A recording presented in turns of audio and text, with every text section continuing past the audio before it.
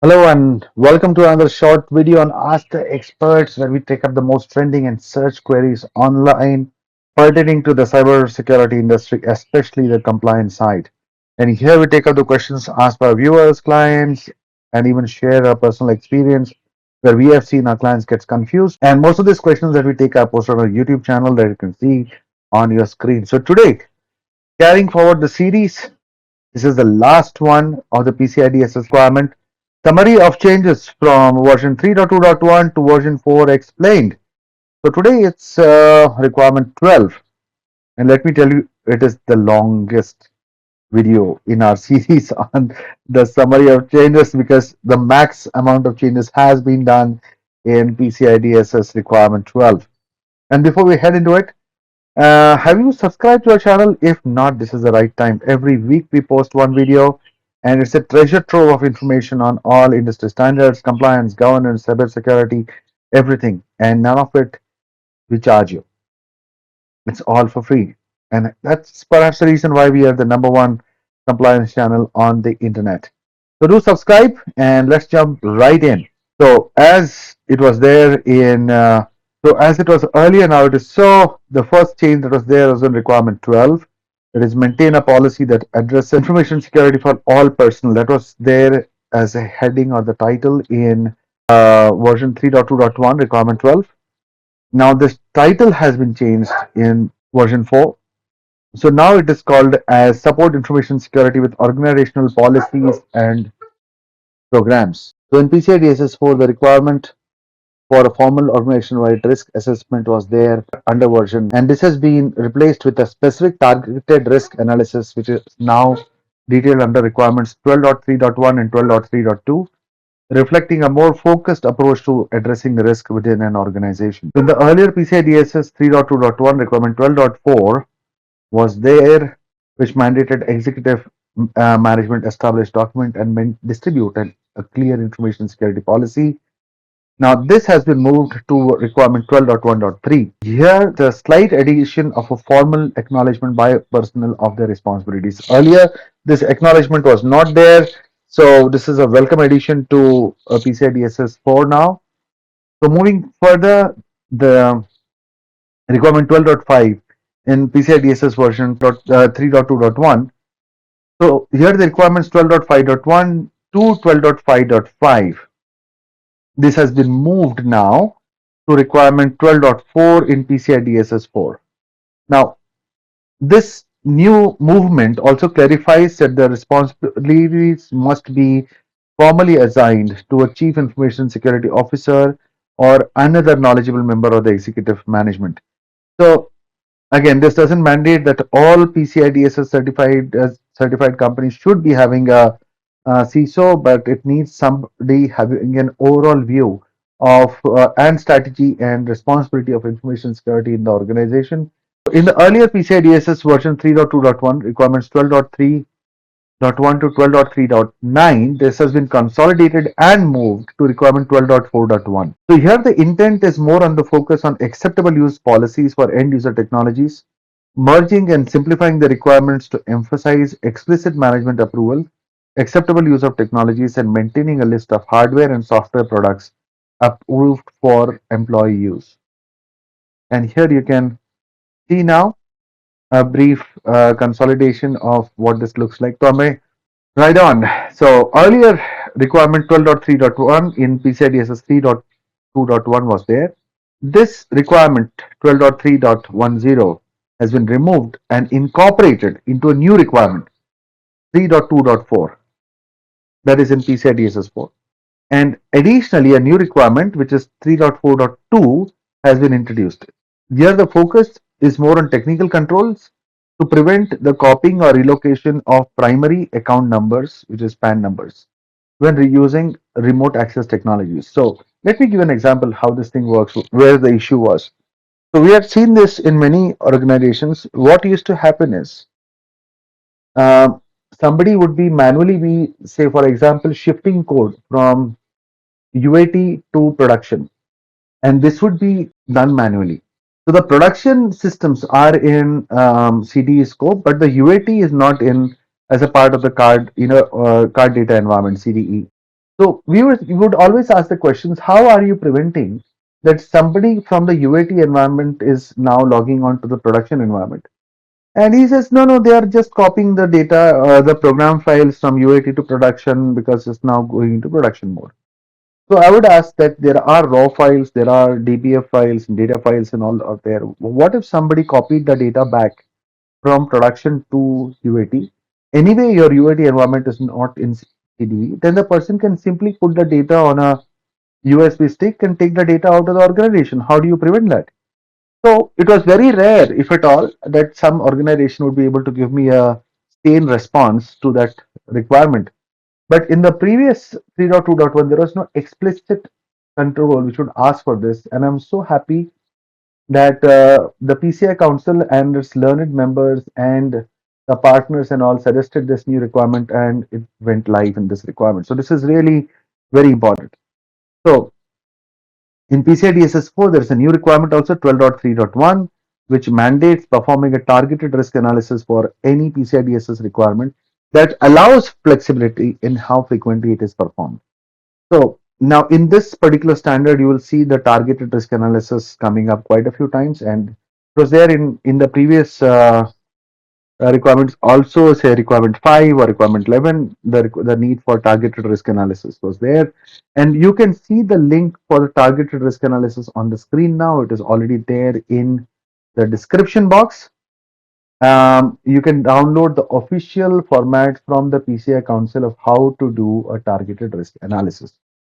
So moving forward, PCI DSS 4 introduces another new requirement 12.3.2, and this requires entity using a customized approach to perform a targeted risk analysis for each PCI DSS requirement met through the customized approach. So this is only if you're using a customized approach, and so in case you're not using it, then this requirement simply becomes not applicable. So PCI DSS 4 also introduces another new requirement, which is 12.3.3, which mandates documenting and reviewing cryptographic cipher suits, means entire block, and protocols in use at least once every 12 months. Now, if you're an organization looking at getting certified to PCI DSS 4 or have already got certified, then I'm sure that you'd understand that this requires evidence that you have done a review. You can't just say, my boss had checked and I have a, email that says that he's checked and he's okay, or my development team is okay. No, you need to clarify what was checked, how it was checked, and how the adequacy was confirmed. So please take care of that. PCI DSS 4 introduces another new requirement 12.3.4, which mandates the review of hardware and software technologies in use at least once every 12 months. Again, a huge upgrade to the earlier PCI DSS 3.2.1, where legacy systems were there and there was no review of the IT landscape. So this is beautiful, actually, 12.3.4. Um, and you can see over here now a consolidation.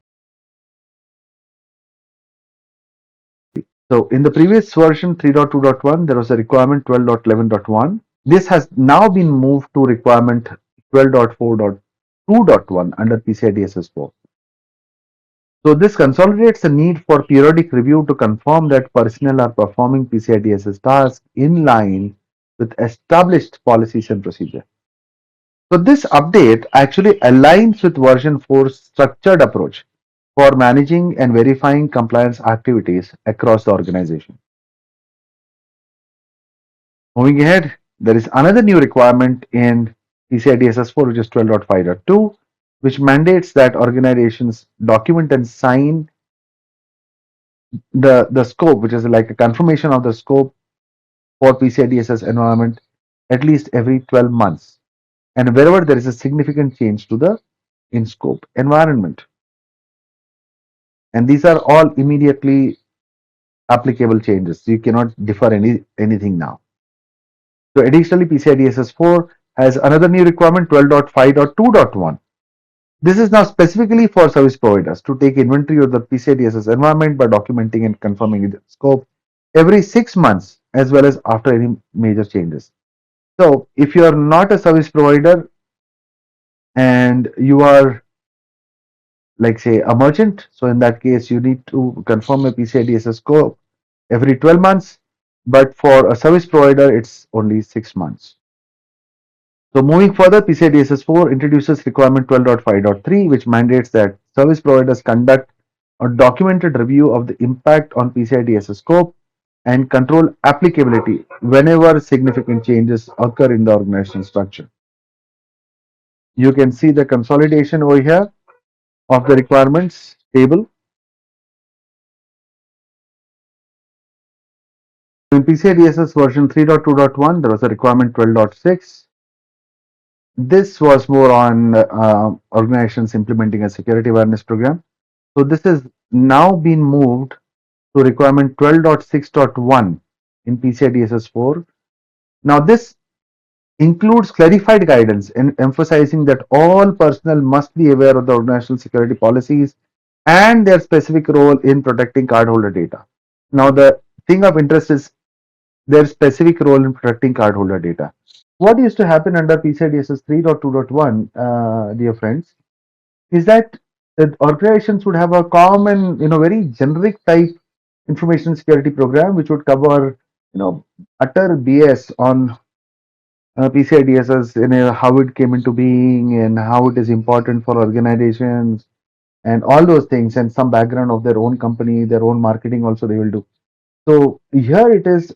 So if there is a software developer under PCI DSS, what specific software development responsibilities they have, that needs to be told, which will be basically requirement number 6 and all.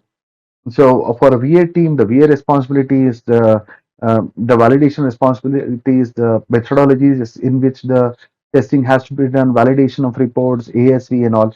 For the management, their responsibilities. For the physical security admin team, their responsibilities. So all those bifurcation and the specific customized training has to be provided under PCI DSS 4 as per this requirement, which is again a huge, upgrade from the previous standard. So moving further, PCI DSS version 4 requirement 12.6.2 is a new requirement for organizations to review and update the security awareness program at least once every 12 months. So you cannot just be running the same nonsense every year. It has to be reviewed and updated every 12 months, and you need to produce the evidence for that. So what we see here is that under PCI DSS 4, that's been merged into requirement 12.6.2 and 12.6.1 under PCI DSS version 4 into a single requirement, emphasizing the implementation of a risk assessment process conducted at least annually and upon significant changes to the environment, along with documenting the results to inform the organization's security policies and procedures. So this is an integrated approach which ensures that security awareness training is aligned with identified risk to cardholder data and the necessary security controls. So additionally, in PCI DSS 4, there is a new requirement, 12.6.3.1, which is a mandate for security awareness training that includes the awareness of threats and vulnerabilities that could impact the security of the cardholder data environment. Then in 12.6.3.2, there is a new mandate for security awareness training to include awareness of the best of the acceptable use of end user technologies in accordance with requirement 12.2.1. This is again like a best practice until 31st March 2025, but you can as good as go ahead with it. What you need to remember is that there has been a lot of focus by the council to ensure that people have the right guidance. That's the number one on what to include in a information security training awareness sessions. And I would say more importantly that people do not take this for granted, because many places we do hundreds of audits every year, and one of the most ignored requirements is the security awareness training, because people just do some type of shitty training here and there and small thing and get the sign off and it is done, because there is no clear cut guidance on what should be included in information security training. So this is like a huge update from the previous standard. And here you can see the consolidation of what was covered. Now in PCI DSS 3.2.1, 12.8 has been removed. And there is a requirement which is 12.8.1 to 12.8.5. These are like 5 sub requirements. So there the outline is the process for managing and monitoring service provider relationships ensuring that organizations maintain proper oversight of the third-party service provider. So across all these requirements, 12.8.1 to 12.8.5, what we see is that the word service provider has been replaced with third-party service provider. Very importantly, this is again that we have seen many places, that the use of a PCI DSS third-party service provider does not render an entity PCI DSS compliant. So this was utter madness, I should say that. We've had people who are using AWS, Amazon, and Azure type services, and they say all my data, all my infrastructure is on the cloud. AWS is PCI DSS compliant, therefore I am compliant. Can you believe that? And that statement is wrong on so many terms, on so many areas that I should actually have a separate session on that. But no, yes, yes, in the sense that yes, AWS, Azure, and all are compliant to PCI DSS, but that does not automatically mean that the companies hosted on AWS or Azure or GCP or anything are DSS compliant by default. So let's start from the top. 12.8.2, the term service provider has been replaced with third-party service providers.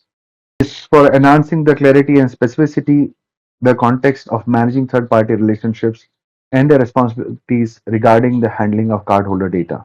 And you can see the summary over here.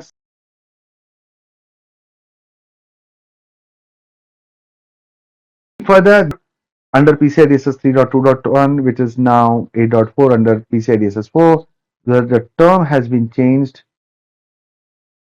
from service provider to third-party service providers, and there is a clarification that when an entity has agreement with a TPSP to meet PCI DSS requirements on behalf of the entity must. Now, in PCI DSS 4, there is a new requirement. There is 12.9.2 mandates that service providers support their customers for information necessary to meet 12.8.4 and 12.8.5. So earlier this used to be such a big mess, guys. That's why I love the PCI Council's improvement. Then this is again the summary of what is there, what we just saw.